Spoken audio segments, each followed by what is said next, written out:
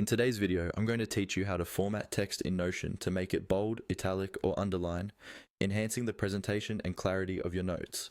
This tutorial will offer a step-by-step guide to mastering these basic yet essential formatting techniques in Notion. Let's get started. First, make sure that you open Notion and select the page where you want to format your text. If you haven't created a page yet, simply hit the New Page option from your dashboard to begin. Once you're on the desired page, you can start by entering the text you wish to format or use existing text that you want to adjust. Selecting the right page is important because that's where you'll be executing all the formatting actions. Next, let's focus on bolding your text. Bolding is particularly useful for emphasizing key points or headings within your document. To turn your text bold, highlight the section of text you want to modify. Click and drag your cursor over the desired words. With your text highlighted, a small formatting toolbar should appear just above your selection.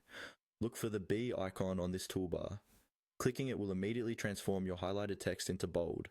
If you're a fan of shortcuts, you can press Command+B for Mac users or Control+B for Windows users, saving you a bit of time. Now, let's move on to italicizing the text. Italics are often used for emphasis or to denote a different tone or voice, such as when citing a book title. Similar to bolding, start by highlighting the text you wish to change. Once again, the toolbar will appear with formatting options. This time, click on the I icon to italicize your selected text.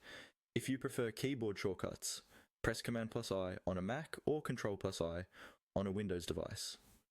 Finally, let's look at underlining your text.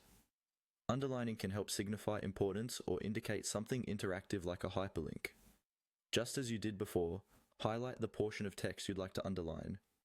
Although the default Notion toolbar may not show an underline icon, you can still perform this action using the keyboard shortcut, Command+U for Mac users or Control+U for Windows users.